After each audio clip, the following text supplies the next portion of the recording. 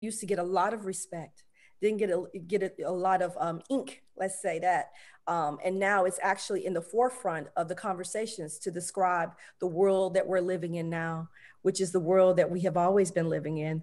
And we're hoping that it will be a path to creating the world that we want to live in, if that makes sense. Yeah. Yeah, I like as many of us say, we are our ancestors' dreams come true. We are the manifestation of their wishes, their desires, their expectations. And so I think in the long run, when we start to look at, yeah, what you've manifested, there were a lot who probably wanted to be in the mix, in this genre, so to say, having their work sit on the self same shelves and as it manifested in dark matter, in close proximity with other Black folks who also took to heart. You know, I don't know if it would be appropriate to say that everyone in that book is a nerd, but I would say I grew up in that context, you know, first starting to read science fiction in the late 60s. Most people think I'm a young man, but I'm old as dirt. So when we look at that, and Ishmael touched on that as well, initially, hoodoo literature. You just named off those names, but let's dive into that a little bit more. Its significance, its representation, how it's represented, and more importantly, how important is it that the culture, the belief, the practice, the utilization, the word alone be sustained as we move forward in the 21st century?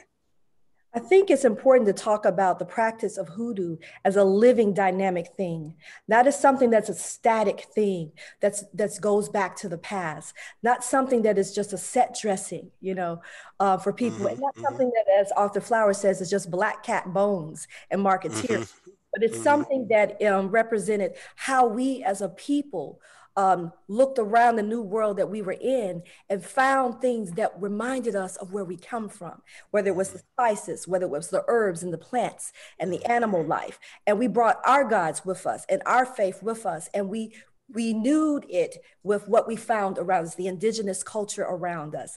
And we found a way to create a space for healing in one of the most inhumane systems that was being created and innovated on the earth, right?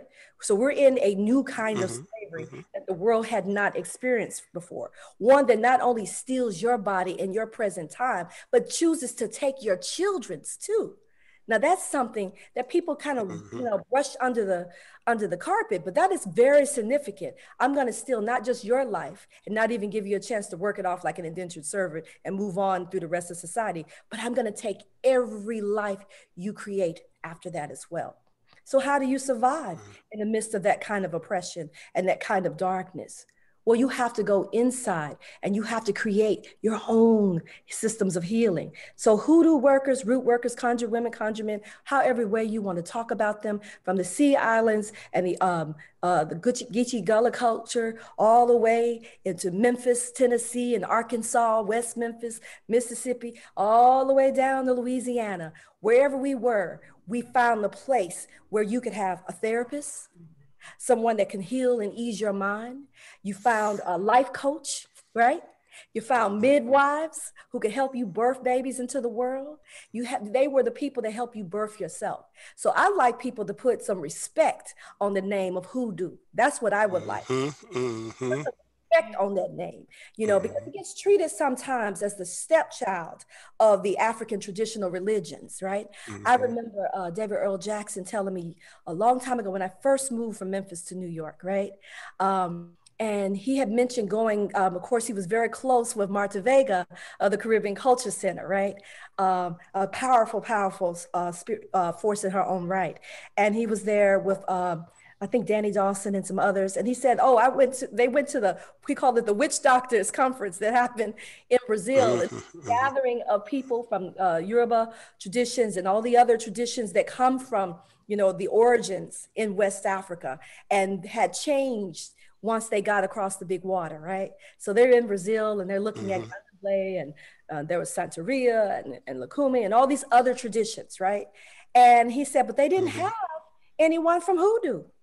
No one had a representative of hoodoo because they didn't consider it as part of the community. And I think that's a great disservice to the powerful work and the spirituality of the practice that comes from the same source. All right. People are constantly trying to speak down on African American or Black American cultures. I like to talk a little bit about the anti-Black Americanisms that's happening, not only in the Afrofuturism community, but beyond it in other areas, as if we haven't created, as masterful as we are, our own culture on these shores that not only stays here and lifts us up, but gets taken all around the world and reclaimed. By the time we look up, they say we haven't created anything because they've already co-opted and doing something else with it, you know? Tell it. Yeah, I'm gonna preach today since we I mean, I think it's important to talk about that because the minute people want to say, oh, that's not Afrofuturism, or that's not, we're going to do something over there. I find it's a common thread is that you just don't want to acknowledge the source. You don't want to acknowledge and we're good. Everybody wants to, we have a big table buffet of beautiful art, music, and culture that we let the world enjoy. You can come and sit at our buffet any day. But when we go and reach for your food, our hands get slapped back, right? It needs to be a reciprocal invitation out here, so I just wanted to put that out there. But yes, hoodoo, put some respect on the culture, on the tradition, on the history. It is something that is a thread through all of our art. And if you're studying Black culture, particularly Black American culture, you are doing yourself a disservice if you haven't looked at that living, current, contemporary tradition, the neo-hoodoo tradition. And my lane is the literary part. And I have great company, and so I'm feeling good about that. Great. Zora Neale Hurston, as I share with my students in my Black popular culture class, when we embrace blues and the like, this whole notion of Zora Neale Hurston, she saw that value back then. She was collecting the lyrics of the blues. She was collecting the foodways. She was collecting hoodoo, right? Immersing herself in that culture. Great. Now you done really set off the rocket. We done really blasted off here, but Brother Ronaldo is gonna send us, with that third stage rocket. Ishmael gave us the first stage rocket, Cherie the second, and now Ronaldo's gonna give us the third stage rocket. We're not even in our solar system anymore, right? The representations that we see all connected within what could be said to be the expansion of Afrofuturism into its more operative and inclusive realm of importance for us relative to not just our cultural productivity, but our intellectual productivity, the contributions that we make to the sciences, the impact geopolitically, bouncing back to Cherie and her talking about this notion of our culture having presence and impact globally, manifests itself in what Ronaldo has given us. And I have to add this because it turns out, I just found out this year that Ronaldo's father was my college advisor when I was an undergrad student at the University of Maryland, College Park. So I have to shout out and back to his father, who I called Dr. A back in those days. So in having said all of that, Ronaldo, you and your collaborators, and there are many, have advanced the notion of Afrofuturism to Afrofuturism 2.0, and we certainly want to hear you speak to that. And then a whole nother step with Black speculative arts movement. So there's a lot to embrace and chew on, but give it to us, brother. All right, thank you for inviting me to this, Daryl. And you remember how my dad was. He's basically a a young African-American former sharecropper who was involved in civil rights back in the day. He was one of the 5 final young men that was going to be selected to integrate Ole Miss because they ended up picking James Meredith because James Meredith was a Korean War veteran. And so because they didn't let Black people in Mississippi go to dental school back in the 60s, my father goes into the Air Force and gets a position in military intelligence.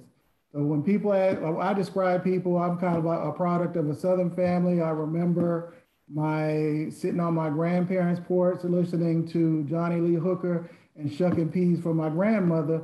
And then the more aggressive side of me, I would attribute it to my father.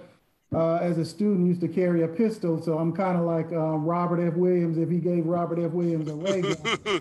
North Carolinian. Yes, and so I think of, and then I remember on my way back to college in '88, you know, I've been trained to go and defeat people as an armed and a member of the Marine Corps, and then I came across a book called Writing is Fighting. So I was like, oh, okay. That means I can put down the gun a little bit and figure out I can use words to kick my oppressor in the ass too. So I think of, so I think of it with the intergenerational Black college mixed with military background. What does hoodoo look like if it's some software that hunts down white supremacists and Nazis, okay, and unleash that on the web?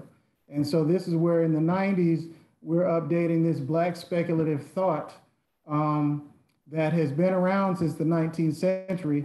Mark Derry, all he did was accidentally stumble across something that he could not completely conceive and write all the way out. And we dealt with that a few years ago in Brooklyn on a round table with myself, Cherie, or whatever. So been there, done that. We on to the 2.0 phase of what we call Afrofuturism. And one of the things that I recognize anytime you're introducing a new concept, sometimes when you're thinking about a paradigm, you have to build a movement to go along with it, to move people along. And I always situate what we're doing as a transnational Pan-Africanist project, okay? Because the Black Speculative Arts movement grows out of a series of meetings that were held in Black study spaces or on HBCU campuses. And a lot of its main early theoreticians are people products of HBCUs like Yatasha Womack, John Jennings, myself, and Kenitra, who's from Xavier, and people who are in Black community spaces like Cherie. So, and when I think about this partnership that John and I started, because we're both alums of Jackson State, I'd say we kind of started this movement. Now, me speaking for myself, a lot of it was because I was dissatisfied from what I was hearing from members of the untalented 10th, in terms of how they were sounding like androids when you reference them in mumbo jumbo that basically parrot the mainstream establishment in this country. And they didn't really represent our interests all the time. And that's why I thought of this, me and a friend of mine called them the untalented 10th. And so we go and present these ideas overseas in Paris, France at a UNESCO conference at the Sorbonne. And I openly said it, yeah, because generally Europeans are a little more sophisticated than their white American counterparts, and they can because they saw jazz as a great art form before white Americans did.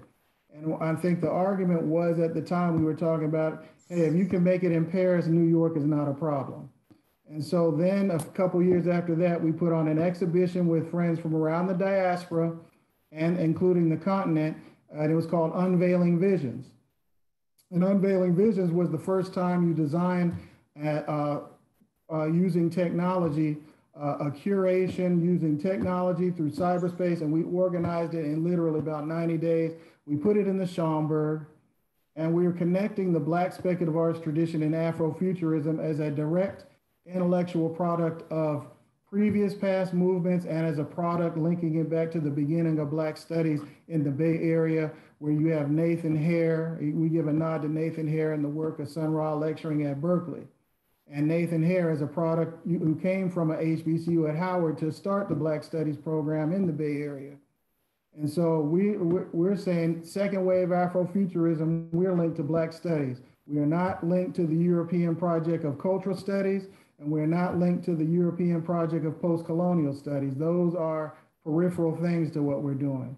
And so as Cherie said, we're going to force you to deal with our own history because Blacks were dealing with globalization and these ideas and transnationalism 100 years ago before people like Wallerstein, Anthony Giddens, and some of these people that talk about postmodernism is now. So, and during this second wave, we've built this international network now that currently that has put out a lot of books. The last 5 years, we have a lot of materials. And that's why when we always laugh when we hear certain people that pontificate, we can tell they haven't read anything in the last 5 years that has been produced by this movement online and in books and in journals. And right now we're in the middle of what we're calling Curating the End of the World, which was a partnership that we ended up with New York Live Arts. Once the pandemic started this year, I talked to Bill T. Jones and others and said, well, since the world's coming to an end, let's go on and curate it since we can't meet. And so we activated the artists from across our global network to contribute art to it. We're wrapping up the first iteration of it. And as Cherie mentioned earlier, now she's curating and we're collecting materials for Red Spring, which represent what has happened artistically and aesthetically in terms of what we've been thinking about since the death of George Floyd and the circumstances surrounding Breonna Taylor. Following that, we'll have another iteration in December called Dark Winter, which is kind of a nod back to Du Bois talking about dark water, because in Germany, they're celebrating the 100th year of Du Bois writing about dark water and the comet, and they finished an exhibition in Berlin. And then in the spring, we're going to come up with New Horizons as a part of a year-long chronicling the end of the world through this pandemic as an archive that people can reflect on in this era of platform capitalism, people having to Zoom to get a lot of their ideas out. And so we're chronicling all of these things through our art, ideas, and essays, and poetry and music. And a central essay to that kind of brings us where the movement is now. We're talking about the Black Angel of History. Now that's different from the last angel of history that Walter Benjamin's talking about, because he's dealing with melancholy and monopoly capitalism and the belief and believing in Nietzsche that God is dead. But in the Black diaspora and the Black world, God is not dead for us because we still dealing with Shango, Chukwu, and whoever else that we deal with on a local level, and we're incorporating it with technology, our politics, and whatever. So, and we're basically saying that as Afrofuturism continues to get stronger, we're no longer concerned about the European project that people call Western civilization as it collapses. And I always argue, I'm like, see, Black folks, we were here before there was such a thing called the United States. And so therefore we can imagine being here after the United States is no more. So my imagine is not tied up in the American project or the Western civilization project, which is constructed the last several hundred years in reaction to the invasion from North African Muslim armies or the Ottoman Empire, where they basically hijack Judeo-Christian ideas and other ideas from the Near East and Africa along with whiteness to create this little butt-in, West Asian enclave that they want to have of whiteness that they're trying to maintain. So the current wave of Afrofuturism is chronicling all that. And along the way, we're kind of having some family arguments about, getting invitations to the table, as Cherie says, and then some people that's trying to be relevant because of this. Now, half of these Negroes that's out here talking about it now are only writing about it because they didn't feel included in the world phenomenon was this. So you have some academics that are trying to rebrand themselves mid-career because nobody's interested in what they're talking about. Or you got some people on the continent is mad because we don't reference the village that they came from when their argument is really a post-colonial argument instead of an argument with us. Because we have Africans, we got Black folks from all over the world, from Asia, the continent, that are a part of collectively putting this together. So hopefully I put that in a coherent way that can elicit some questions and some fruitful dialogue. You ran it down, brother. You got it all in. I unfortunately, I don't have any more questions for you. No, that's not true. But you sounded like you had your class sitting in front of you. You do know that, right? Hey, look, I was trained in the military. I remember a gunnery sergeant. I was going to make sure my kung fu was excellent when I come out. Cool. Well, what I wanted to have you go back to, because I love those 5 principles that lay out the scope, because usually with Afrofuturism, we deal with it relative to the aesthetic, right? We Yeah. deal with it as literature. We deal with it as music. We deal with it as visual art, right? Yeah. But that expansion that you have given, hip the people. All right. What Derry was dealing with, he accidentally stumbles across these people, you know, what we're doing. And that was okay for like a little snack to get people's interest, but we try to lay out a whole meal where we're not dealing with just aesthetics, we're talking about a philosophy of history. So for example, if I just want to deal with a philosophy of history, I could go from Martin Delaney up to now, you know, looking at, see, Martin Delaney, when he's talking about the hut, he's talking about Black people's situation in the world at that time, then we need our own nation state. Because obviously at the same time across the world, you have the Meiji Restoration that's getting ready to pop off, where Japan knows they got to adapt to modernity and have their culture adapt to it. And you have other cultures that are trying to adapt to the modern era. So Delaney is saying, look, man, even if these people free us, we need our own nation state to represent us in the worldly, in the global situation of things. And so you've had this back and forth, and I kind of subscribe to what the brother who wrote about the crisis of the Negro intellectual. We're not really, we're not Republicans or Democrats. We're basically, this argument is between liberals and nationalists. And the nationalists, because we haven't had any credible people that on a real level being able to address these issues. And we call ourselves, when I say nationalist, you can be a Black feminist and be a nationalist. If you got Black in front of it, you saying, look, I'm Black and I use, these are the analytical tools I use to examine phenomena.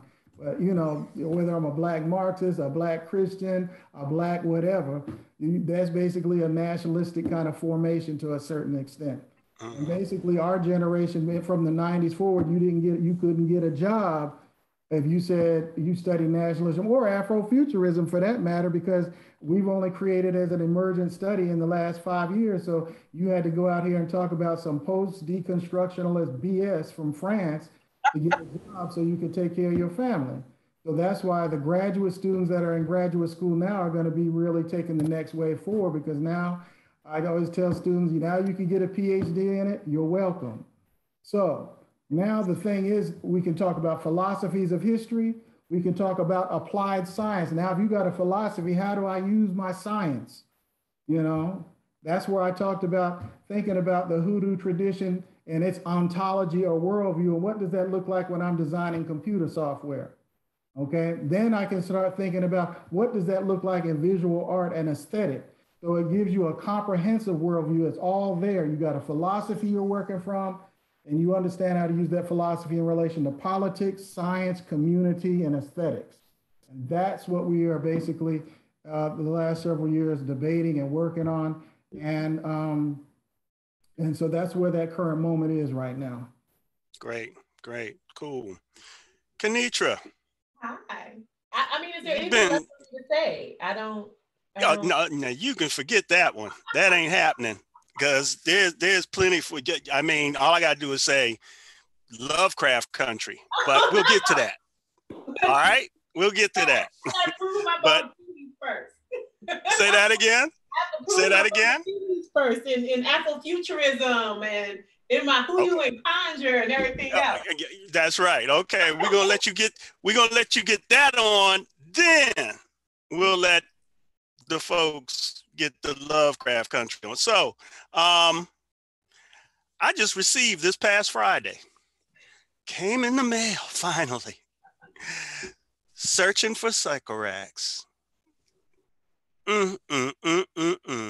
Black women's hauntings in contemporary horror. I shouldn't say this, but Lord have mercy. Because yeah, I love all of those places that you go, because you go to come back to the narrative as important, the writers as important, and what they're doing, and you bring into that discussion Tanana Reeve do, but especially my sister Nalo Hawkinson. And you bring them in because of what you've been able to glean, and what you project is they are so much more than just science fiction that the Black feminist perspective offers up and creates what you refer to as home place, where the freedom to create is established and all. And so I guess for me, you know, because you captured under the term fluid fiction. Yes. Can you kick some science on that? Of course, sir. Especially in terms of the hoodoo and conjure concept. Well, especially Tanana Reeve and Nalo. Well, I mean, they both deal with this idea of the conjure woman and this idea of the importance of conjure. And I always say that I'm an Afrofuturist because I'm involved in the recovery project. The idea of what have we lost and what traditions have we lost and what have we used to either make away, and how will we assess what we're going to take with us into the future, because some shit needs to be left in the past. Mm-hmm. And so in doing that, I come at it from the view of both a theoretician, but also as a practitioner. This past December, I was crowned Elegua.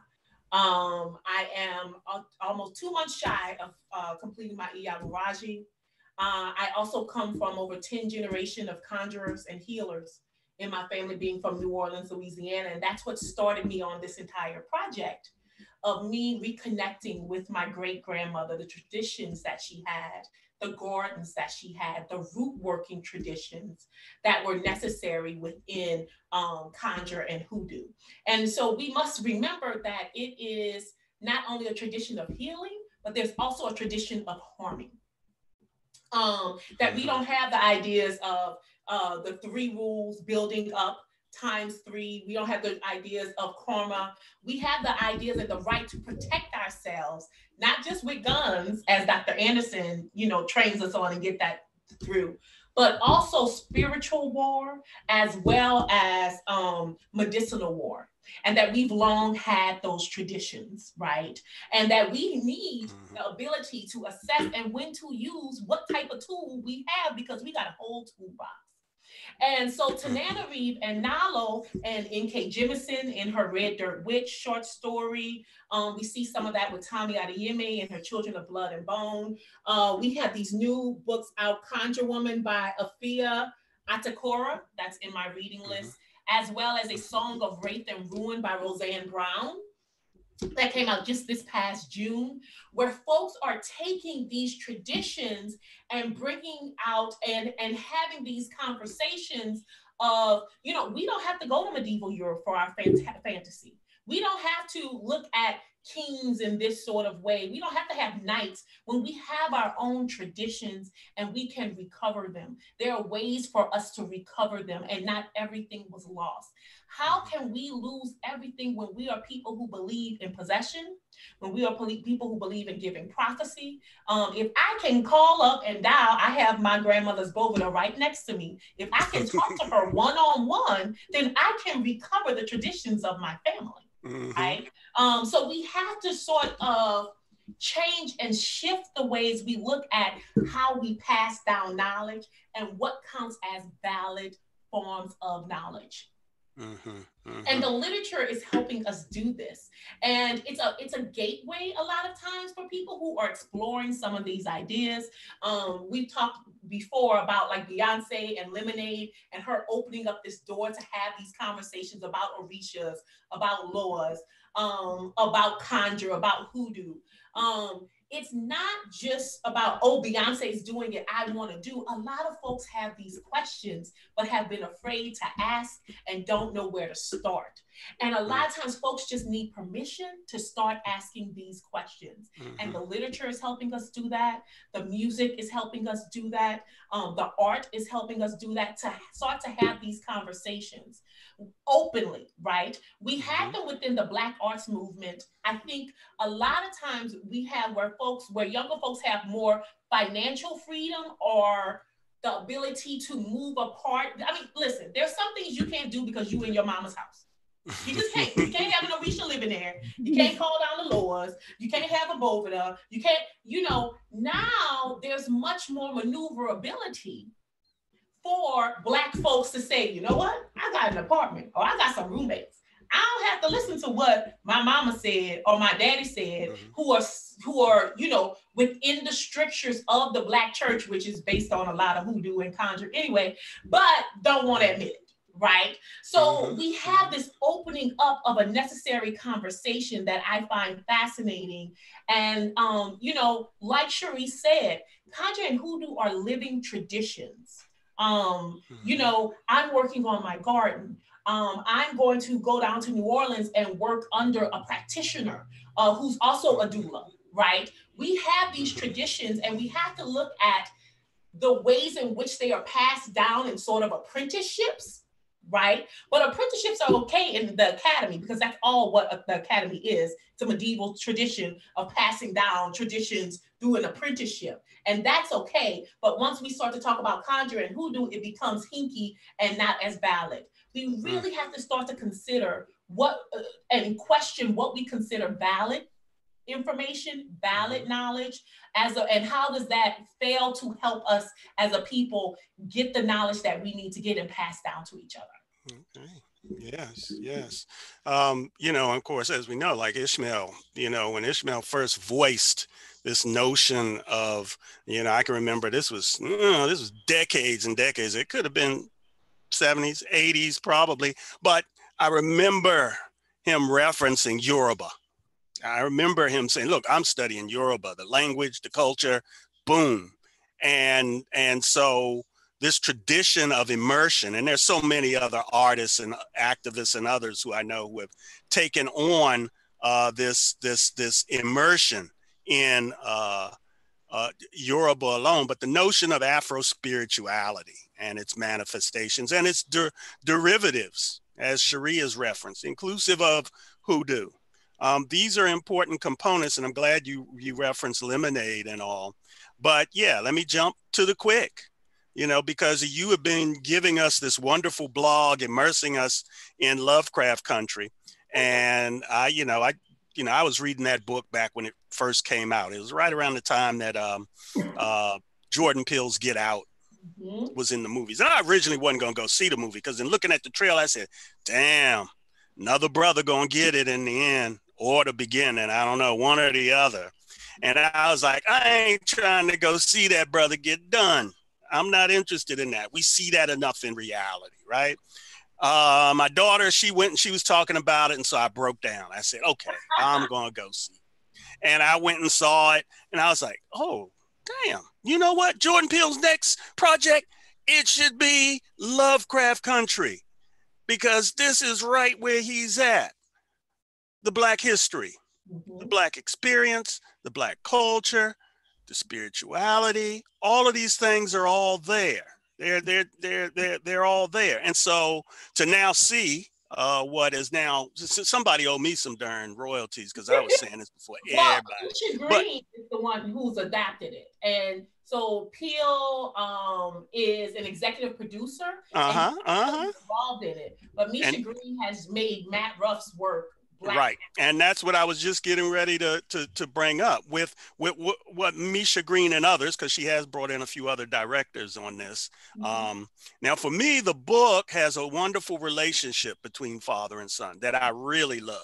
I see a little bit too much of the toxic male in how the series is playing out, but they're starting to warm up with one another.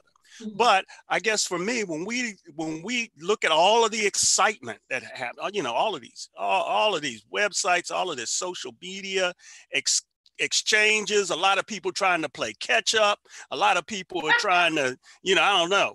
But what I do know is this: when we look at these immersions and we look at how you capture it and what you provide, just like at the end of your book, you provide that wonderful appendix.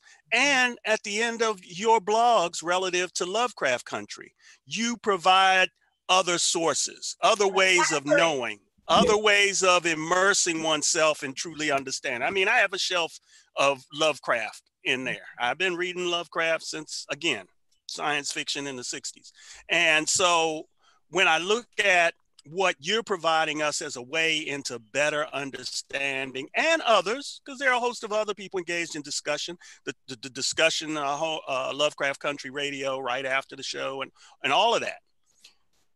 What do you see as significant within the context of where we find ourselves with this discussion we've been having? Because we've been clearly, each of us have voiced the significance of Afro spirituality, African religion derived from the continent as significant to us moving forward into a future of our creation.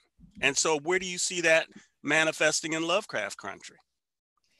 A couple of things. One, I think I really started out the blogs with Lovecraft Country because I think we're all nerds here, but sometimes just starting out in Afrofuturism, in Black horror, in Black fantasy can be intimidating to people. Like they're like, I like it, but it's also very self-referential.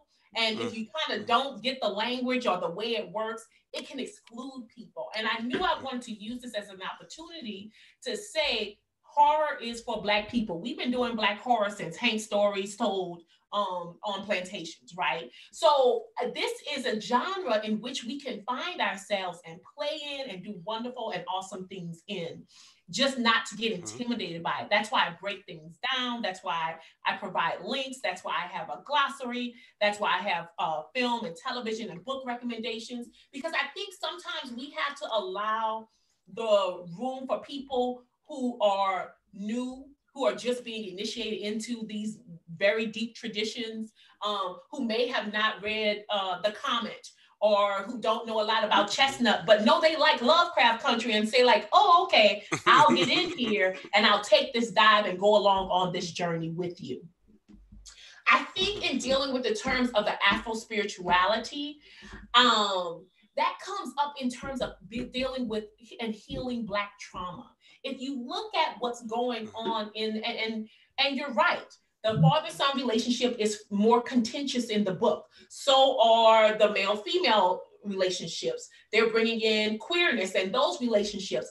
And I think Misha Green is trying to have a specific conversation on Black trauma, how it exists, how it keeps us apart from each other, because a lot of the tensions that happen between Tick and Montrose are because they love each other, but they can't communicate their love past their egos, past their own hurt, past all the, Montrose is spending all this time trying to protect Tick, Atticus. He's trying to protect his son, but because he's so hurt, because he hasn't dealt with his own stuff being a closeted gay man in the 50s, it just, it goes past, it comes out as anger, it comes out as all these things except the love he wants to show his son, right? And so I think what Misha Green is saying, where the Afro spirituality comes in, is as a way, one of the ways that we can start this term of healing, that we have our own ontologies, we have our own cosmologies that are incredibly powerful, right? Because once the Mambo killed that goat and sacrificed that goat to Oya, no one else who knows magic can come in that house, right? She made one of the most powerful abodes you can do, a blood abode at the door. She fed the door of that house, right? Which goes across many African spirituality religions, right? The power of blood, and the power of blood to protect the house at a door.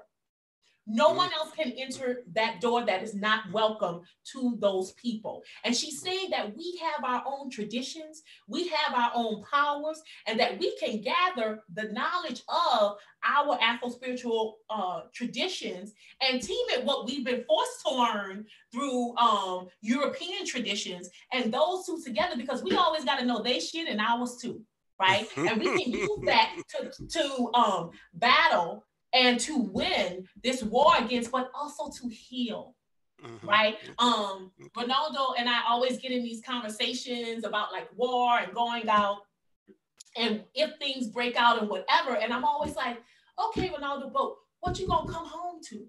Right? We need something to come home to get us through the wars that we're going through, right? And we have to make sure that we have the healing from the trauma those wars caused, and that caused the causes that instigated those wars, right? That we are healed so that we can enjoy our victory. And I think Afro spirituality is one of the keys that Lovecraft Country is working in there. Great. Great. Let me just say this. I got a heads up from Kim. What I want to do is just have, I don't have any more questions specific. I want to give each of our panelists, you know, a final word of sorts relative to what we've all discussed, and then go to the questions. And yes, Kim, we don't want to stop at 6:30. Okay. And if that's okay with our panelists and the folks out there, we're going to just go and we might get exhausted. Nah, we're going to get charged. We're going to get healed. We're going to get empowered. So don't worry about that. So Ishmael, you know, we've moved through some discussions, and a lot of these discussions have gone through territory that you have immersed us in over the decades.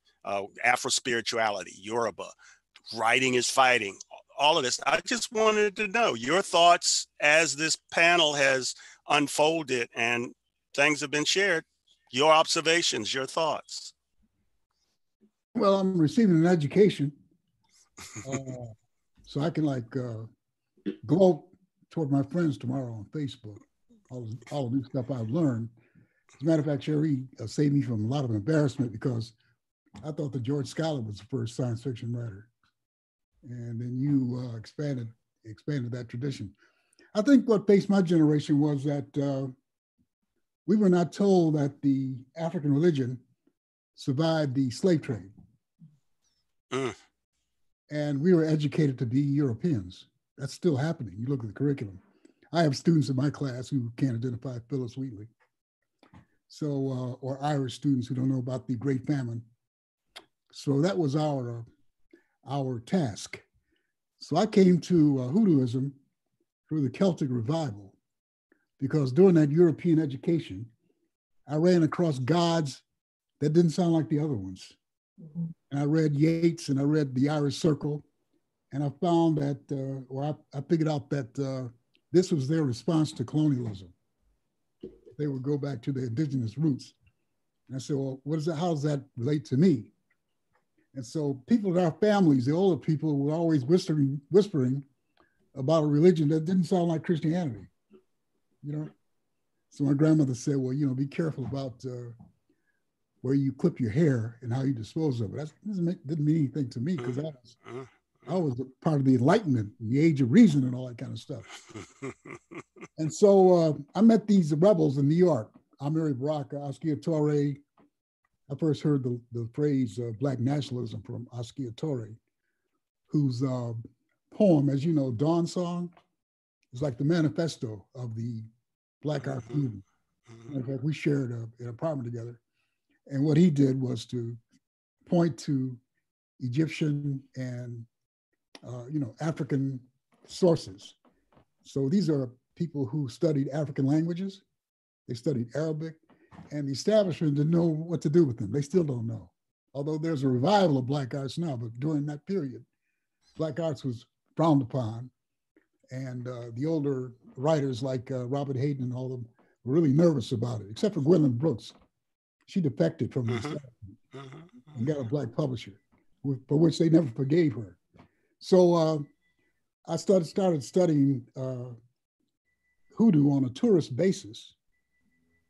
And that led me to find that you really have to thank the Haitians for keeping those religions alive, because they expelled the colonialists, which made it possible for these religions to thrive. Now, they had to use Catholicism as a mask. And when I went to Nigeria, I found that the Orthodox Yoruba people reject that. They figure that Catholicism is an intrusive religion. No, Shienka, he said that he gets along more with a follower of Santeria than a Muslim. I mean, I don't know if you remember that comment, but what happened is that Catholicism was used as a mask because of colonialism in this hemisphere, which points out the genius of African religion. It's absorptive. So if you go to Guadeloupe, you have a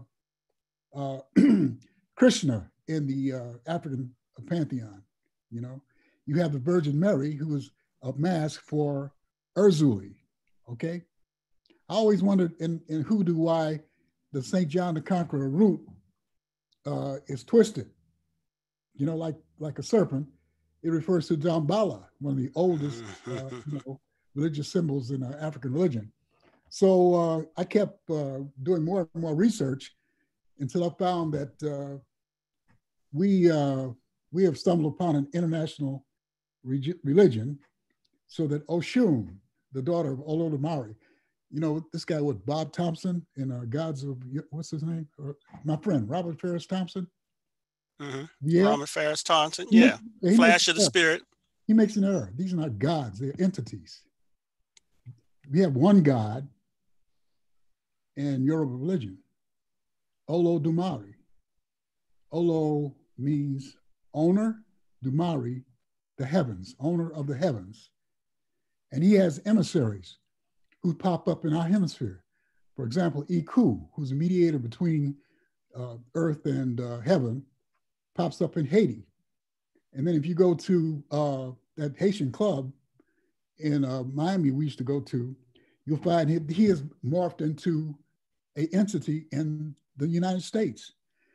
So with all these different meshes or fusions of different beliefs in religion, African religion is the fastest rising religion in the United States because of immigration from places like Cuba, Puerto Rico, and other places in South America. So that when I went to a meeting in Miami, you had all these people with white skin. You know, you have white people running temples in Brazil, but you had all these people with white skin, these Cubans, praying to black gods. It's amazing what they call black gods. So I think what we have here is a international religion. Oshun, as I was saying, the daughter of Olodumare and Oya, who ascended because the women are associated with the oceans.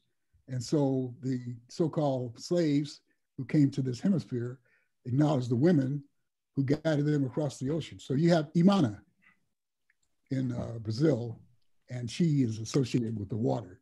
And so every New Year's Eve, you get people from all races and all stations coming to the beaches and acknowledging Imana. So what we have is an international religion where Oshun is celebrated in Atlanta, in Brazil, and in Nigeria. So that's what we have upon us. And what we have is a lifetime study. You know, maybe my generation made some primitive excursions into it. And I can see that members of this panel are continuing the research. Yeah. Yeah, in Durham, the Haiti Heritage Center, which is where I worked, which I invited you to, Cherie, back 20 years. The weather vane on top of it was, you know, that observation that I made, that the weather vane is a recreation of Yemanya. And, you know, knowing that that church was built in the late 19th century and that it was iron workers who know the power of symbol, who chose to put that representative piece on top of that former church, which is now a cultural center. It's one of only less than a handful of buildings still standing from the Haiti community of its significant heyday past. And so these representations are there. I don't know. Cherie, you want to add to any of the discussion that you've heard? But right after Ishmael brings in, go ahead. Don't forget the contributions of Catherine Dunham, who lived in Haiti. Oh, yes. And found a connection between the rights in Haiti and the possession that goes in the so-called Christian church, which in this country is used as a cover also. Matter of fact, cool. One more thing. My teacher, my Yoruba teacher, says that the reason that it was easy to convert blacks to Christianity is because Eshu, and Jesus have the same phonemes, and they do the same thing. They're mediators between the other world and the present, crossroads figures, okay? So don't forget Catherine Dunham. By no means. Cherie. I'm glad that he brought up Catherine Dunham, because it makes me think of Eugene Redmond, who I understand is going to be speaking in another part of this series very shortly. And of course, he's publisher, editor of Drum Voices Review, and that publication is also one of my early publishing homes. So I just feel like I'm going through memory lane here in terms of my writing. But thinking of the celebrations that they've done of Catherine Dunham's work and her history, I remember one particular issue that Drum Voices did that was all about Catherine Dunham. It included photographs of her dancing in Haiti and some of her other performances and her interviews as well. So thank you for bringing up that wonderful powerhouse of a person who when I first came across her work, I thought of her as in this tradition of Zora Neale Hurston, but as a performer as well. I think right now we're at a crossroads with Afrofuturism in terms of where we may go, where we may follow in Black speculative arts. The term, when it was being discussed early in the 90s, was more of an abstract term that was pretty academic, I think, in nature. And they were looking at things that we're still exploring today. The digital divide, especially this pandemic, has revealed that we still haven't dealt with inequity in this country and so many other levels. But having everything be on Zoom and on, having children having to work from home, and then finding out that whole school systems in neighborhood zip codes don't have enough bandwidth, to do that kind of work. Here we are in the 21st century having those same conversations. But the other part of the crossroads that we are in terms of Afrofuturism, and I see that as a lens or a source code that people are constantly mediating as they see fit in the communities where they are, how it works, right? It has more of a political grassroots element to it as well. You see from someone in Detroit using Afrofuturism as part of her mayoral campaign, right? The platform. And you say, well, what would that look like? Well, I'm thinking of the work that Sisters Walida Imarisha and Adrienne Marie Brown did in the anthology they edited called Octavia's Brood, Science Fiction and Fantasy from the Social Justice Movement. Those works using Octavia E. Butler's work and others as like a case study for people who are social workers in the community, solving very difficult problems, in the community, not, outside of it, and using science fiction as a tool, as a problem-solving tool, as a place where you can talk out the issues, explore it from a fictional point of view, and then go back into the real world and figure out how to address things like, asthma, because you have 7 bus depots in Harlem, for example. When I was teaching, I had so much absenteeism from my students because when the weather changed and they had asthma, they couldn't come to class. And then we looked around and Harlem had the most bus depots. All right. And that was because of environmental racism, right? You put those dangerous things in places that have the least political power, right? Afrofuturism as a platform to talk about climate change, environmental racism, things like that are affecting us at so many levels. People are using Afrofuturism to explore and reevaluate gentrification of our communities. So instead of having these grants where people are writing about, they're putting these shiny little chrome looking futuristic buildings and talking about, Afrofuturist architecture, nobody needs that. We need to have grass, trees in our neighborhoods. We want aesthetically beautiful, pleasing neighborhoods. We want houses that don't look like they've come from the 1900s or 1800s, right after emancipation.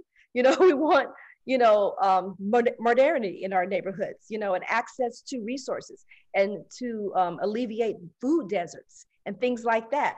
And the redlining that still follows us in this nation. So there are so many ways that Afrofuturism can and is being used to reimagine our different relationship to the land, and our different relationship to each other, and a different relationship to technology, where instead of Black bodies being the tools or technology being used to experiment upon us, we are finding out ways to freak the technology so that it serves us. And that's fighting out racist algorithms on the social media platforms and all kinds of things. So there's just a lot of room. And yes, it was, thank you, Ingrid LaFleur is the sister who used Afrofuturism as a political platform in Detroit.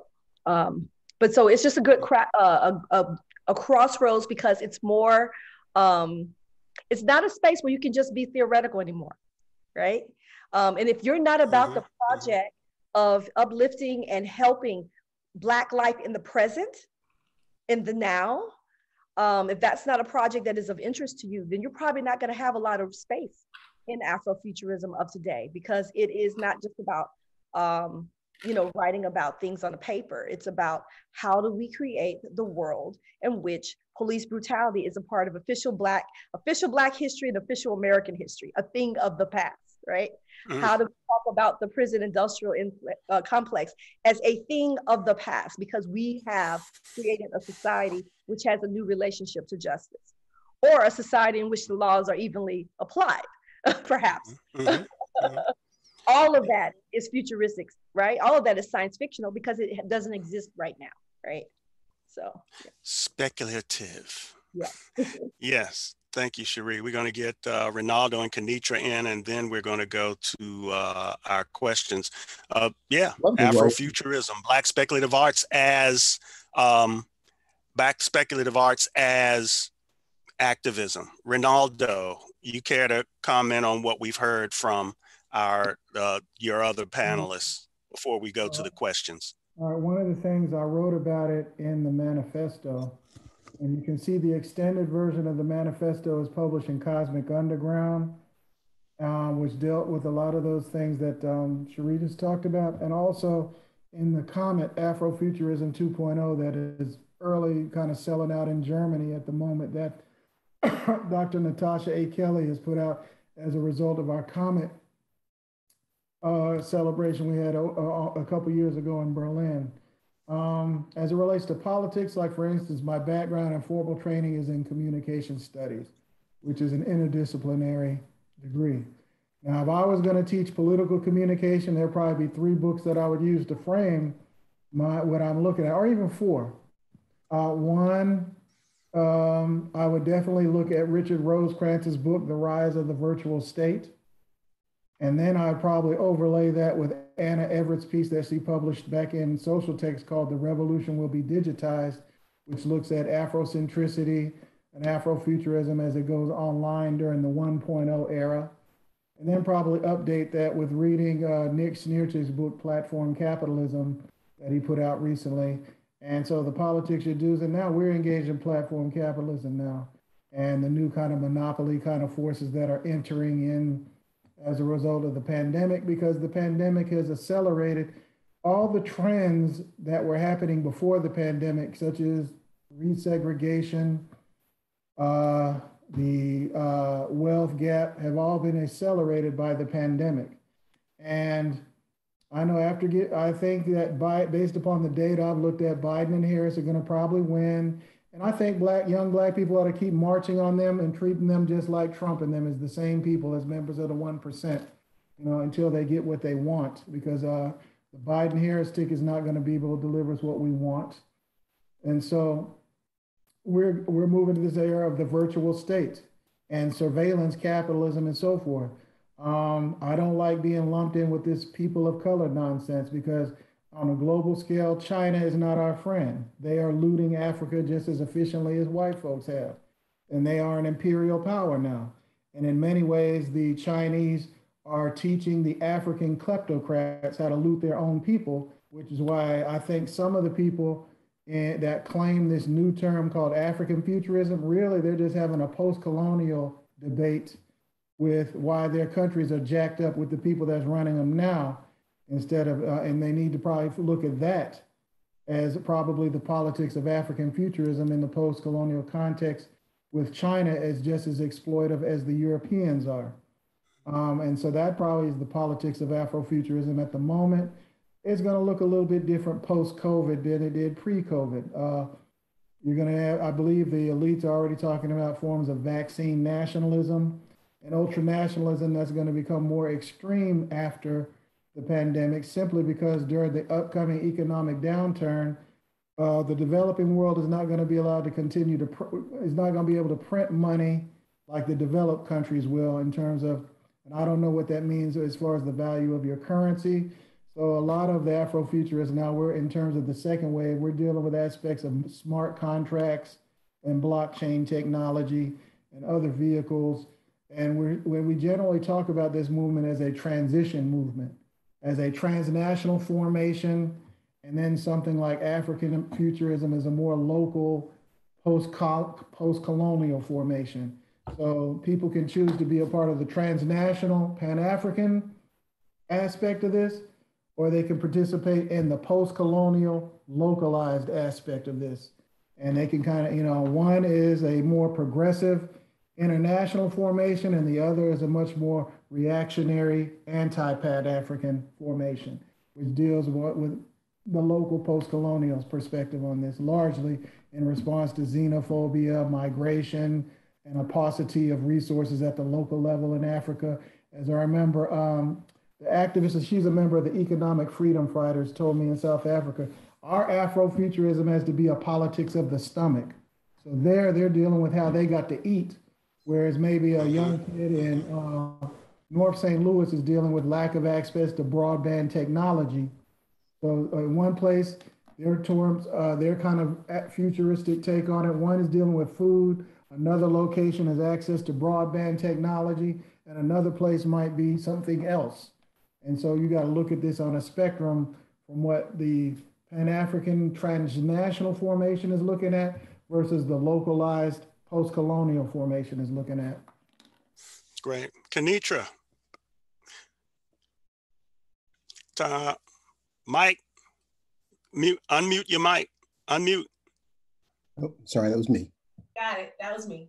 Hey, so I'm very interested in the politics of the home, in the politics of healing, in the politics of lack of trauma, in the politics of increased communication, in the politics of food access, of gardening, in the politics of creating a home place, of a safe space in which Black folks will get to be, and Black folks can rest from fighting, and Black folks can heal each other, and Black folks can get past the bullshit that limits us, and past Black folks kicking their family members out for being gay or trans, past Black folks realizing that the simple nuclear family ain't never helped us, that we must look at these broadening ideas of aunties and cousins and uncles and grandfathers and et cetera, how we've always had this expansive view of family.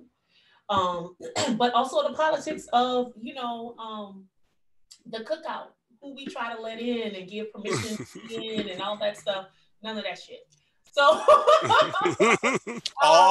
you know, as Cherie spoke about, you know, us having a banquet laid out and people taking from our banquet and, you know, won't let us get in on theirs. I think we should pick up the blanket and go do our own thing, but that's just me.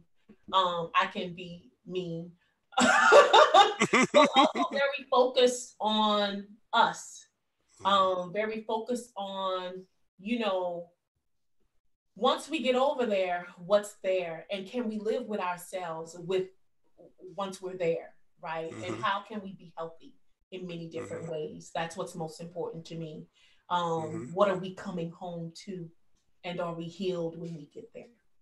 Great, great. So here's what we're going to do. We've got an elder who's been waiting patiently, that elder being Jerry Ward. We want to hear and respond to your question, sir. How are you, my good friend? And you'll have to unmute yourself, Jerry. Not unless you can unmute him, Kim.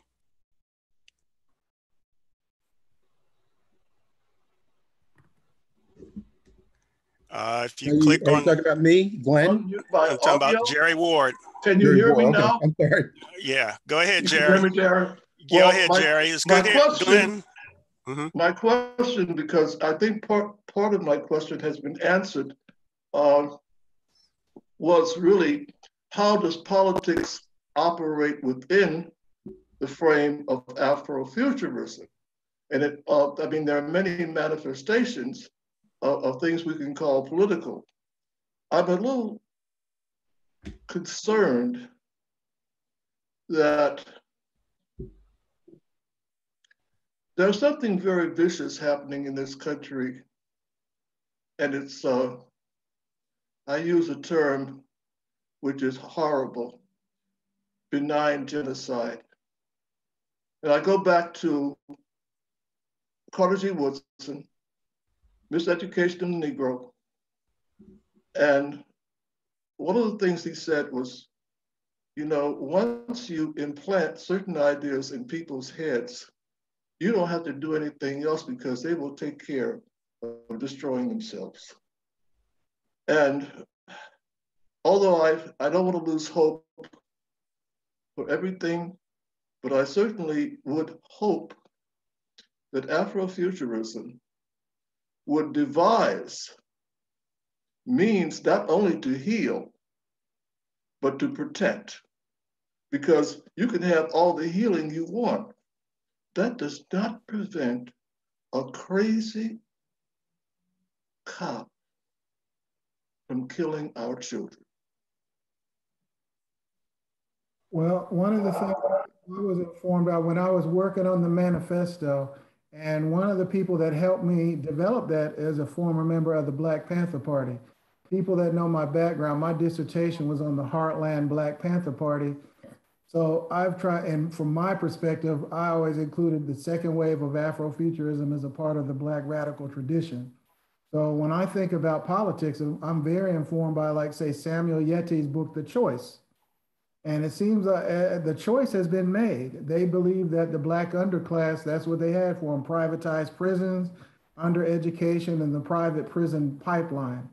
And so that's why, and I remember people got very angry with me because I was one of the few people that emerged criticizing Obama after the bombing of Libya. And so I talked about him, I called him an empowered Negro with double consciousnness problems or whatever in terms of sitting in the presidency, you know, who basically his policy, his foreign policy has destabilized Northern Africa. And it was, he killed more people with drones on his watch than George Bush ever did. And he helped strengthen the grip on Africa with the establishment of all the bases through that belt of territory that goes from West Africa all the way through the Horn of Africa.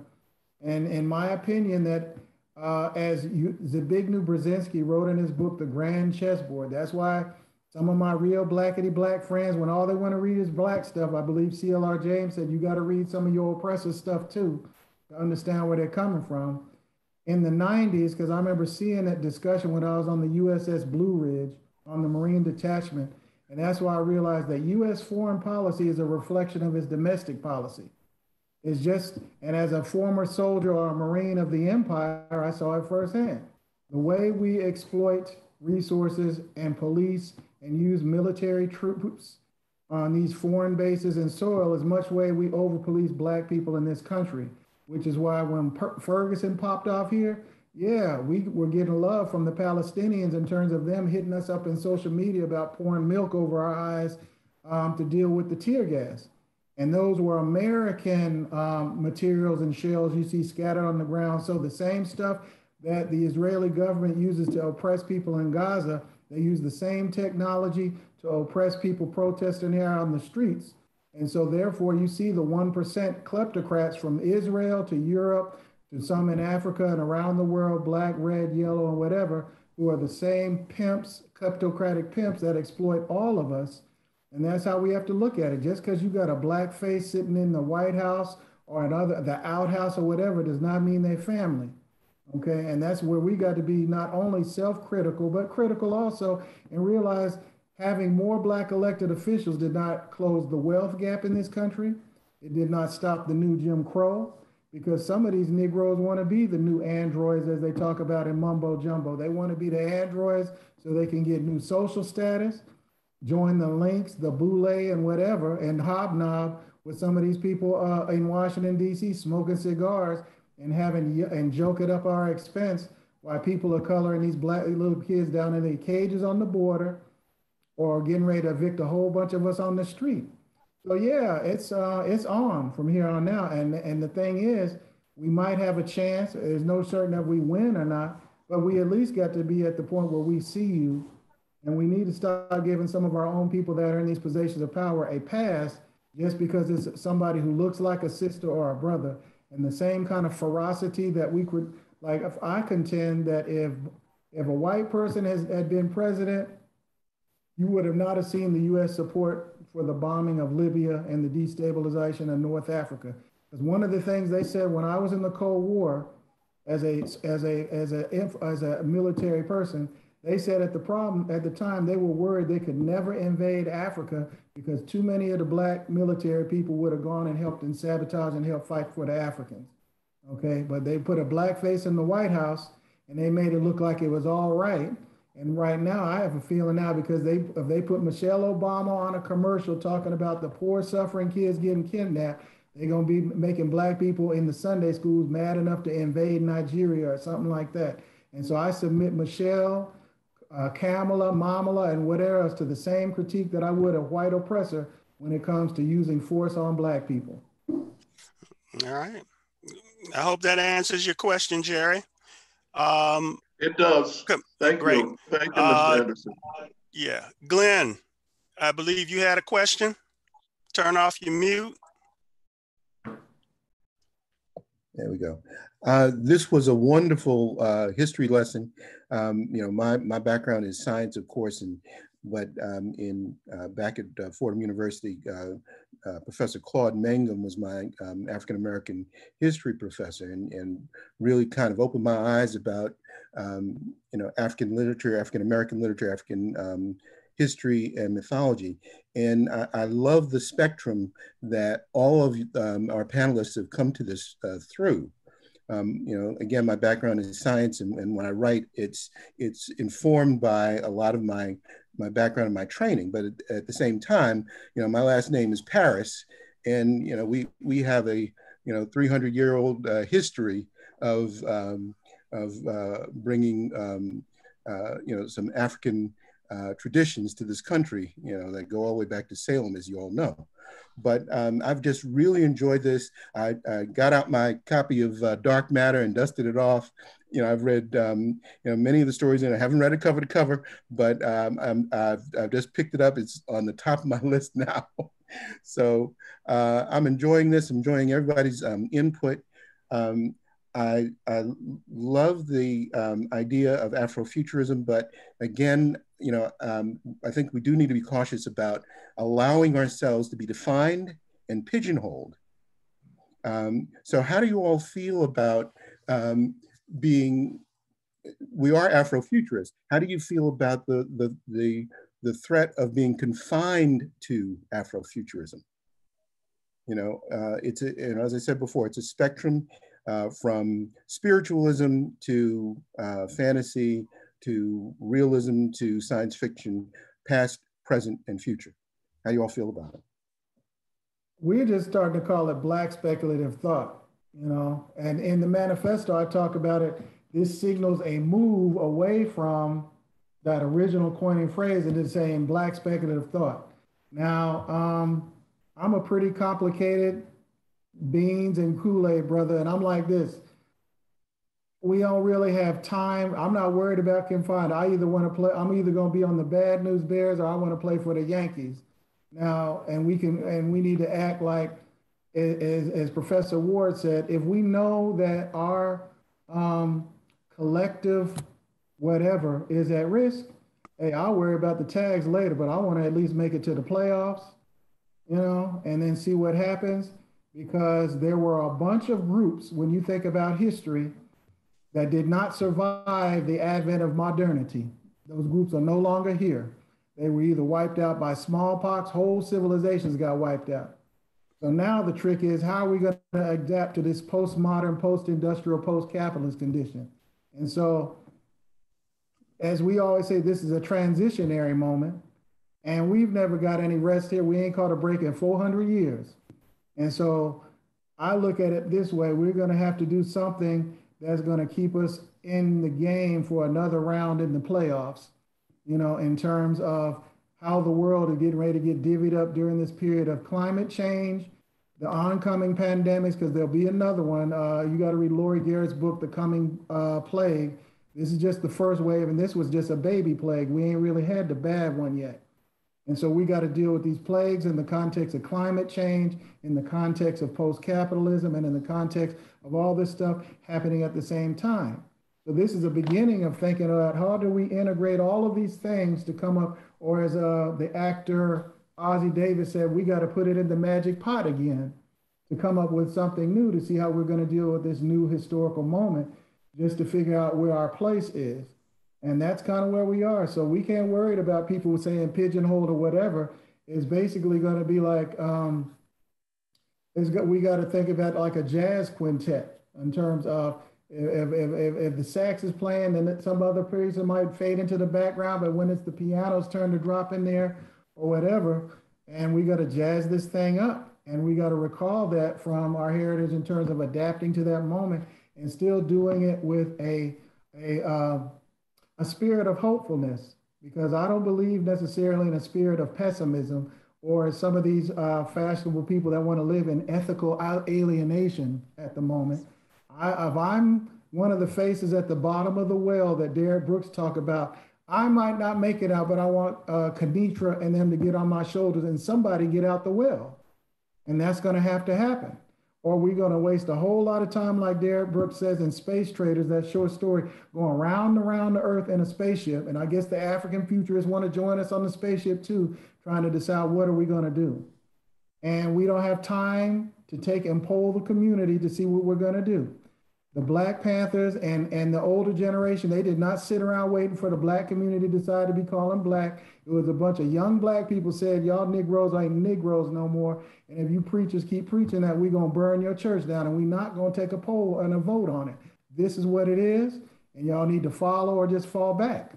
And so everybody's not going to follow. Some people, put it this way, I already told some people, I said, some of the cats that used to get Black History Month invitations to talk, we're going to put them out of business, because they're not talking about nothing new except how to be good Democrats and stuff that white folks sanction them to get a paycheck for. Any of the other panelists want to weigh in on Glenn's question, or has Ronaldo put it in context for us? Yeah, go ahead, Ishmael. I think that Mr. Paris has raised a very important point, that the so-called Afrofuturists ought to use this moment to get Black kids to study science more. I'm like, I hired for my next book, I hired an astrophysicist, one of the best, and it's really a fascinating subject. For example, physics don't see any future. The steady state physicists don't see a future. The past is infinite and the future is infinite. So there's no future. But I heard an astrophysicist who's a Black astrophysicist. He said that when he lectures, the kids come up to him because they didn't know that Black people could get in such a field, like in the sciences and math. So I think we have this point where Afrofuturists are, and feminists, right? Some of the feminists were down there at Cape Canaveral and designed and figured out the mathematical equation to get us to the moon. You saw that movie. But I think we should use this time, since some people have some publicity, to try to get more kids to study the sciences and math. Okay, one point. Jerry Ward raises a great point. I finished this piece on blues in Oakland, and I got to interview a lot of blues musicians. And I remember there was something called the Great Day in Harlem, where they took a picture of all these jazz musicians. So we did a Great Day in Harlem West out here, where we took a picture of all of the blues musicians. And then there was a follow-up to the Great Day in Harlem for jazz musicians. There were very few survivors. For the blues musicians, only 7 people died. And they were in their 70s and 80s. And I said, well, why did the blues musicians and the survive and the jazz musicians don't? And I asked E.T. Scott, a Black blues singer, and she said it's because we're like a family. People like Muddy Waters would come to my house and cook. And we all knew each other, and We'd be glad to see each other. So I said, well, that's interesting. Then I looked at hip hop, mayhem. Mayhem. If you go to Wikipedia and you look at hip hop deaths, atrocities everywhere. People don't pay any attention to them. So yeah, police are killing Black people. That's their role. The reason that some of these guys go from police station to police station, even though they have bad records, they're seen as like exterminators, which is what Jerry Ward was talking about. But there's a fratricidal war going on in our communities, right? That's also part of genocide. And most of this stuff stems from trade wars. So I live in a neighborhood where there's shootouts. I have to tell my family to continue shopping because the coast is not clear. Because we had 2 crack houses on the block, and they sometimes they'd exchange gunfire, but they couldn't shoot straight. So I asked the police to get some of these white kids to come in here, white kids who could like shoot a target of 1,000 feet to tutor them, because they shoot up our cars and everything. But anyway, these are all trade wars. And what happened was when Reagan and them put crack in these communities, that's when Black on Black crime went up. It's like a V, it's like a graph, it's a V, it went right up. So these trade wars are happening and these kids are exterminating each other. So something has to be done about that. Criticize the cops who are recognized as people who know how to handle Black people. And Ronaldo, you in the service, and you know, for example, that during World War II, the Black troops in Italy were assigned Southern captains and leaders because they knew how to handle Blacks. So we know about that. That's part of the policy of the military and also the police. But what's happening with these kids killing each other? Professor Reed. Yeah. Hold up, let Kenitra get in.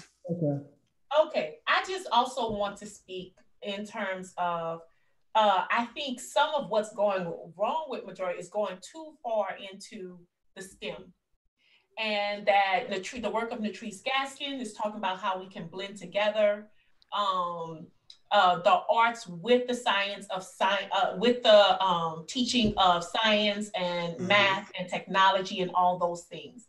But I would also say that more Black folks need to become philosophers, because philosophers are the ones who create the actual world in that we live in and show us how to view it, right? Even much more than scientists, because they have to work within the science still of the limits of philosophy. We can create worlds and create realities. So as we are looking at including and expanding in sort of the STEM, the science and technology, and the math, that we make sure that we are also including philosophers and critical thinkers, the folks who can actually shape reality as we see it. Yeah, let me add that when we look at first to Glenn's point, no one's seen as one thing. I'm an Afrofuturist. I'm a Black man. I'm an Afro-spiritualist. I'm a soccer player. I'm a scientist. And I think when we make the generalization, I think sometimes, yeah, because that's what Kenitra's talking about. She's talking about these Black feminist writers, these women such as Tanana Reeve Dew and Nala Hopkinson, who cross a host of borders, a host of genres. They are not limited singularly to science fiction. And so I think we have to be clear on that multiple identity that we have. When I speak of science fictional identity, which is what I have, I'm also a scientist, a microbiologist, studied viruses for that matter. And as Ishmael says, and as Kenitra says, and was raised with the term STEAM by Sandra Brooks, been very much directly involved. My handle is Sci Poet, because I'm a science writer. So I don't, single out within the context of Afrofuturism. You can be a scientist. I'm engaging kids all the time, writing science to popularize it and be able to share it. Actually, one of my students who was in my Black popular culture class, she's working on her master's doctorate in astrophysics. I'm very proud of her, but she's embracing the whole notion of Adinkra equations as presented by a major astrophysicist who's at the University of Maryland. Those opportunities are there. We have to amplify them is what I would say. Avacha, you had a question for us? Yes, sir. You know, I want to thank everybody. Produced some wonderful, wonderful answers and questions to a lot of things. My dear friend Ishmael, can you hear me? Mm-hmm, yes. Okay, Ishmael, one of my— Ishmael's waving at you. I'm waving back at him. My heart is waving. And, you know, we've been doing this a long time. They can put the label on it. Somebody already touched on that subject. We've been doing what Ishmael is beyond a time's fame thing. What he was doing before anybody dealt with the term Afrofuturism, he's from a time that hasn't even been named. And we've been doing this. We have writers who've been doing this for centuries. But I'm grateful that somebody's acknowledging it now. One of the things that I think that people are forgetting, and maybe Kenitra, because she was touching on some of this issue. I was born about 2 years, I'm about 2 years older than Dirt. And when I was growing up, cut Brooklyn and Harlem, you know, we had in the same block, you would have doctors, lawyers, you'd have Sally from the alley, you'd have Jake the Snake, and we all lived on the same block. And then came the enlightened ages of so-called integration and the brain drain. And then all of a sudden, it became shoot and cut Brooklyn and Harlem instead of what we had. When we had that other thing, we had all these people, and everybody was everybody's mother and father. Everybody took care of everybody. Everybody had what you say, a hoodoo man or hoodoo woman, or what you call doulas now, was all in the same block. If you couldn't get to the hospital, there was somebody who could deliver your baby. If your kid ran away, like when I left home at 15, I couldn't even get off the block without being grabbed by somebody. So in our intelligence, we've thrown away the baby with the bathwater. When I look at some of the rough kids in the neighborhood where I live in Shooting Cut, West Oakland now, and I look and I see these young boys or girls looking like they want to kill as soon as you drop a coin on the ground.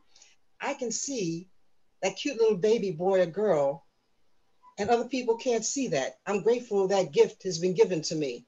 I think that what you call hoodoo or voodoo or lukumi or santeria, we have that gift, but we don't want to see it because we're too intelligent. How do we get people to reclaim the wholeness of us that we had when we had Sally from the alley and the lawyer and the judge living on the same block? We've lost that. We need to reclaim that. It's the only way we're going to heal the hurt. And if we don't heal the hurt, we're not going to grow. That's my whole thing. And I think that this thing we call Afrofuturism can deal with that and needs to deal with that. I think Kenitra was talking about that pretty strongly. How do we deal with that? Any of you guys or sisters?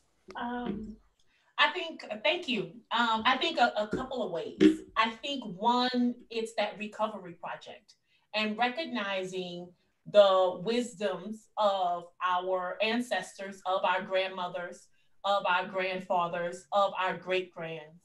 And I like what you said in throwing the baby out with the bathwater, because those times weren't perfect, but we need to know how to assess what was useful for that time and be able to bring it forward, right? Because we know queer folks, you know, stuff, women, you know, stuff wasn't always grand. But there was some just basic humanity, basic caring for each other, that idea, an expansive idea of family. We didn't have everyone locked in the houses. Children don't even play outside anymore, right? So we don't have those sorts of community-based things beyond the community center, right? And how do we begin to build community? I think that comes from, there's a severe lack of trust. There's a lack of trust between generations. There's a lack of trust between genders. There's a lack of trust between intellectuals, academics, and other intellectuals who aren't academics. I think we have to have some really tough and hard conversations that I don't know the sort of parameters of how we would get that done, right?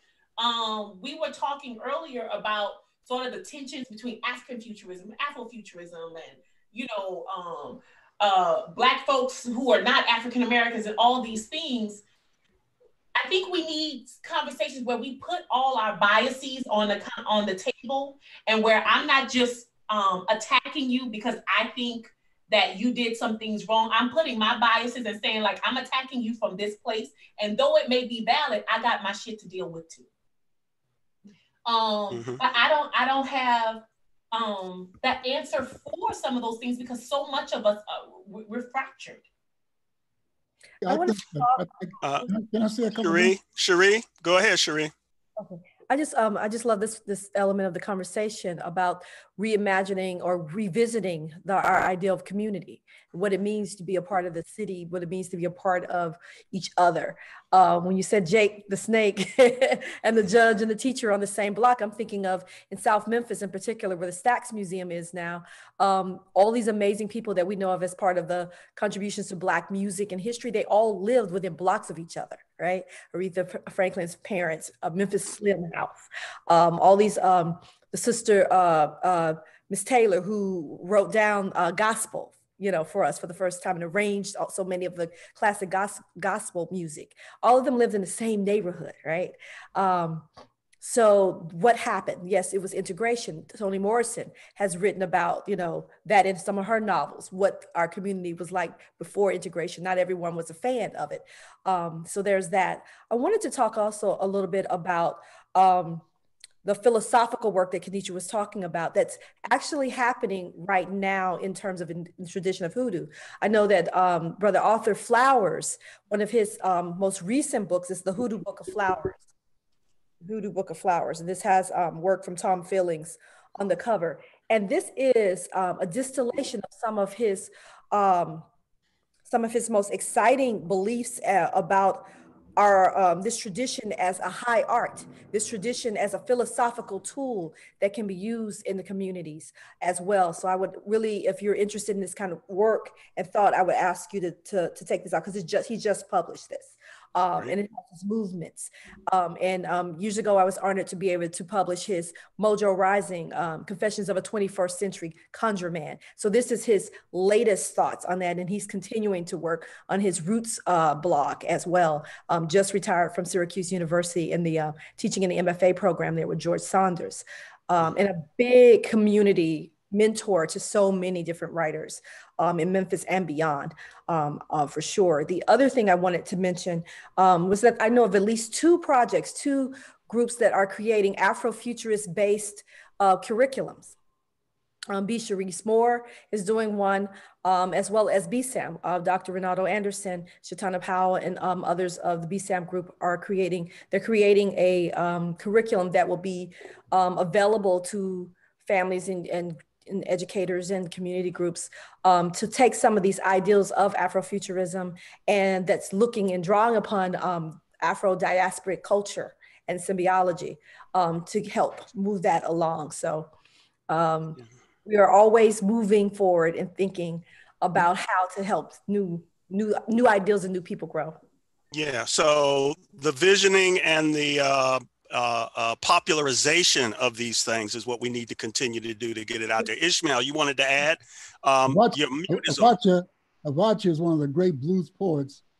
She's bilingual, trilingual, and really an asset to our community. I want to say that first. Glad to have you, sister. We'll be engaging Sister Avacha in November, along with Brother Glenn Paris, along with Samuel Chip Delaney, and others on November 8th as we continue this examination of Afrofuturism and Black speculative arts. So these discussions don't stop here. The actions that we will take and need to take coming out of this are vast. And so you're hearing ways and means of what this is. Go ahead, Ishmael. Okay. I'm the king of my neighborhood. Small K. I lived in one of these wealthy, upper Bohemian places in the hills. Then I moved down here in the ghetto, kind of neighborhood I grew up in. I nominated myself the king using that old maroon system. The Black people were maroon, and they nominated kings and queens. And so I run this block. And we don't tolerate any, crazy behavior on this block. And I use my writing to bring down City Hall because the crack operations here were outrageous. There were shootings. These guys were, and they're lethal, I mean, some of these guys should be put away. I'm sorry. but they would patrol the neighborhood with pit bulls. It was like living under fascism. I wrote an article that changed a lot of that, and because the downtown developers and the mayor called me to dinner, and they said, call it off, because you're losing us millions of dollars of investment. So that's what I would recommend. Have some segments of the intelligentsia, instead of saying that in the old days we all lived together, come on back to the inner city, be a king or queen of your block. That'll work. Lisa, Dr. Lisa Clinton, did you have a question? Yeah. Hi, can you hear me? Yes. Okay, good. Hi, first I just want to pause and like take a moment to just express my gratitude for the panelists and the charging and the wisdom and the insight. Yeah, this is just awesome. And so like I'm really new to Afrofuturism, and I made it my business to get here to this call. So I heard you all talking a lot about the prison industrial complex and things like that. So I've been, in the prison industrial complex like my entire life, from like 12 to 41, and I'm 42 now. And so like I've spent a lot of time in cages. And so the last time I got out of jail, I was hired to actually bail folks out. And so, I do a lot of that work, but the gap I was seeing was like, okay, so when these mothers come home, we got to have a trauma-informed approach, for traumatized folk, right? And so in that, I've been like really struggling with, how to incorporate like Afrofuturism into, this political game. And y'all mentioned Adrienne Marie Brown, and I've been kind of like reading a lot about that. And just like really getting into Afrofuturism and just like George Clinton and like how he started out and everything with it. But the question I have is like, okay, so since I saw a need, you know what I'm saying? I'm like, okay, let me feel it. And I started an initiative, right, called Resist. And it's really like, it's in my head. Like it was from my imagination. However, I called on like my predecessors, you know what I'm saying? And my ancestors, like help me create this village, right? That I'm seeing in my mind. And so what I've been doing is like, calling on older Black folks to come and like sit at the table and have an artist like draw out what support looks like, what healing looks like, what does this village look like, what does it taste like, what does it smell like, what are the colors, right? And so it's turning into this beautiful project, and like we're very close to like $1 million. And I started this initiative in June while still working my full-time job. However, I guess the question I have is like any suggestions on where I find more support, like for real, hands-on support, because what I'm feeling is like a lot of aching in my heart. Because a lot of people, in my organization, like really are not in alignment with Afrofuturism politics. And I'm seeing a lot of like European politics playing out in a grassroots organization as you're fighting for liberation for Black people. And it's not making sense to me, right? And so I'm really trying to like incorporate more of like who we are, what we are, where we come from, you know what I'm saying? And I've been, a hoodoo doctor for years and have hidden that, but I've been like out with it for like a year, you know what I'm saying? And, but yeah, just like more support, to help me to continue to build this out, because this was, resist was something that was formulated, from my ancestors in my mind. However, like this is something that needs to go on when I die, right? And so this is a legacy, this is a community dream, right? So yeah, that's just Where my are you question. located, sister? Where are you located? I'm in Atlanta, Georgia. I gotta go. By the way, I'm All from right. San Francisco. Yeah, I've been here 15 years. All right. People, you hear that? Sister Dr. Linda Clinton is in Atlanta, Georgia. Reach out, she'll reach back. We are about to bring this to an end. Brother Ishmael Reed has just didn't leave the planet, but he did go back to his kingdom, which is a good thing. We need to manifest kingdom and queendoms, right? In our neighborhoods. Just claim it. Say, yo, I'm here. What y'all need me to tell y'all to do.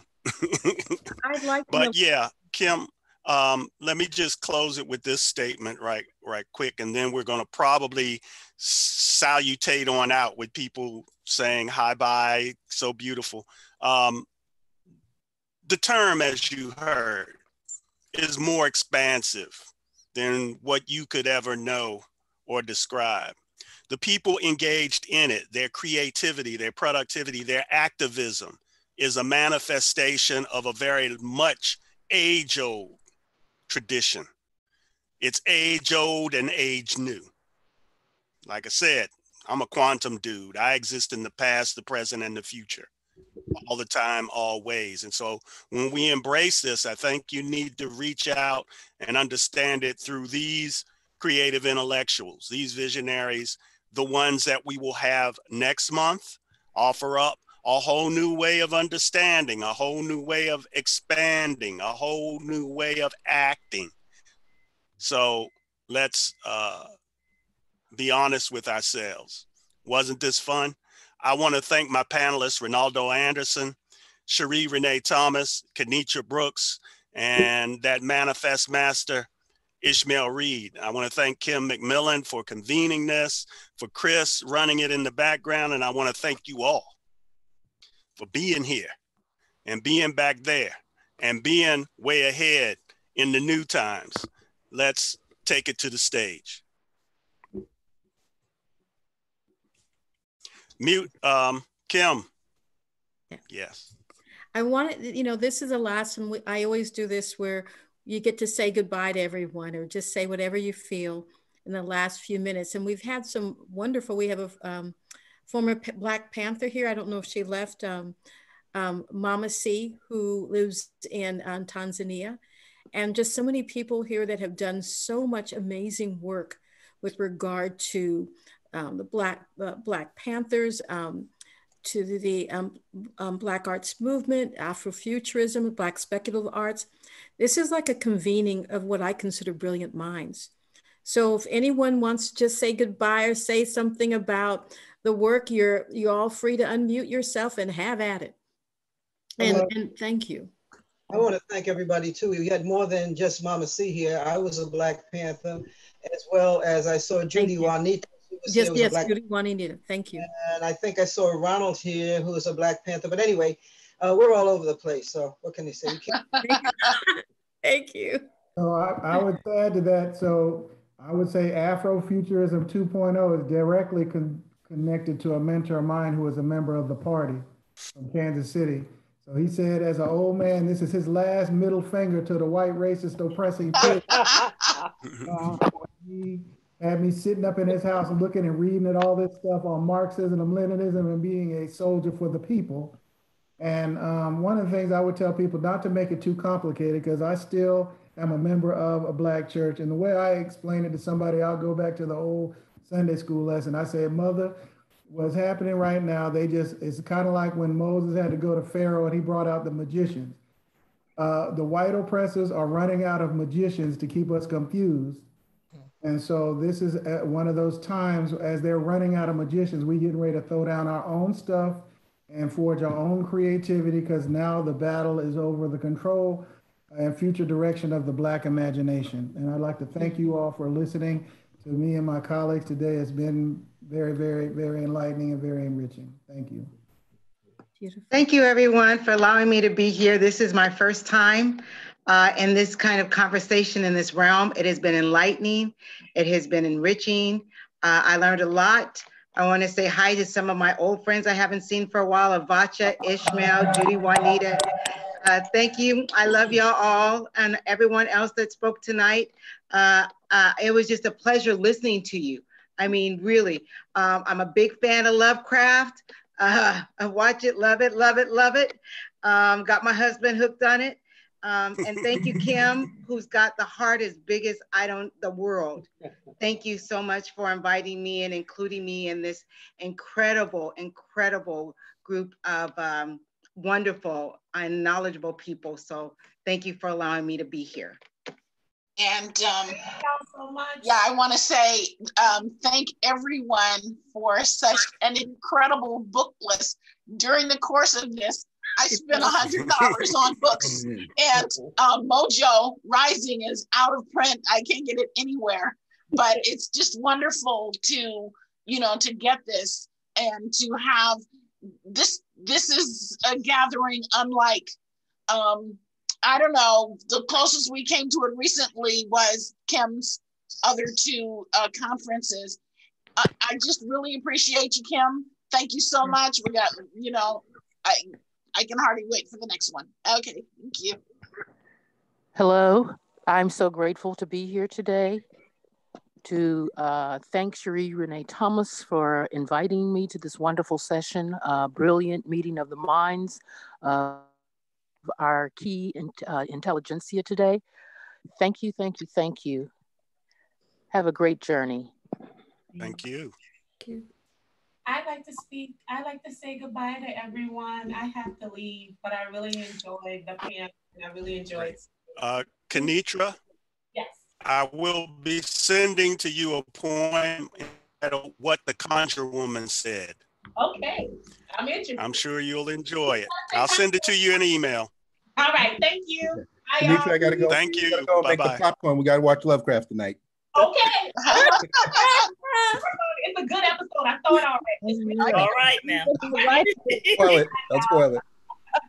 I got to meet with my writing group. We meet faithfully at this time every other week, and so they help keep me present and lifted. And I hope that this conversation today kept you present and lifted. And I'm very honored to have been. Absolutely.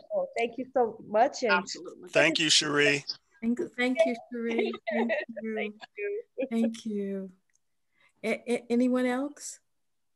Yes, I'd just like to say thank you to everyone, especially to Kim for putting this together, Daryl for your excellent organization. You're much better than those moderators at the non-debates. And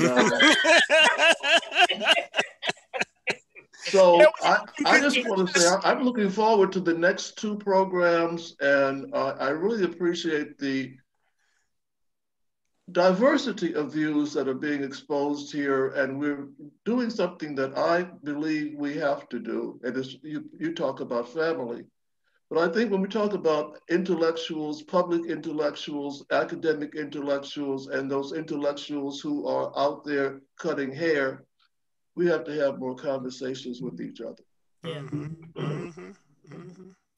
Cool. Thank you, everybody. Enjoyed it tremendously. Look forward to the next two. All right, Leonard. Leonard will be in number 3. Thank you, Kim. Books in my library. What was that? I said I have Mr. Ward's books in my library. So absolutely. Yeah, so do I.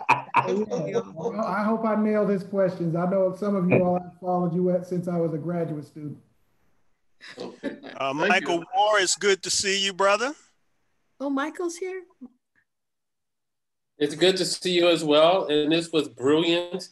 I just wrote that enlightening is the word. And I agree with the many people who wrote that on here. And I'm looking forward to the next one and to the next one. Hey, Michael. Hey, Leonard. Good seeing you, man. Likewise. Hey, Jerry. Thank you, Daryl. Wonderful job. All right. Well, I'm going to disappear off of here. You'll see me again in November on November 8th. 2 p.m. At 2 p.m. Pacific Coastal Time and 5 p.m. my time on the East Coast and those other times in between. Everybody be Black, be upful. Most importantly, as I tell my students, be safe and be smart. Thank you. All right. Thank you. Thank you. Thanks. Take care, everyone. And we'll put the video up on Facebook. And it'll be at Afrofuturism and the Black Speculative Arts, the video, once we finish it. This has been so enlightening. I'm so grateful. Just so grateful. Thank you so much. More power to you, Kim. Thank you, Kim. Power to the people. Yes. Okay. Thank y'all. Bye, guys. Bye, Kim. Take care.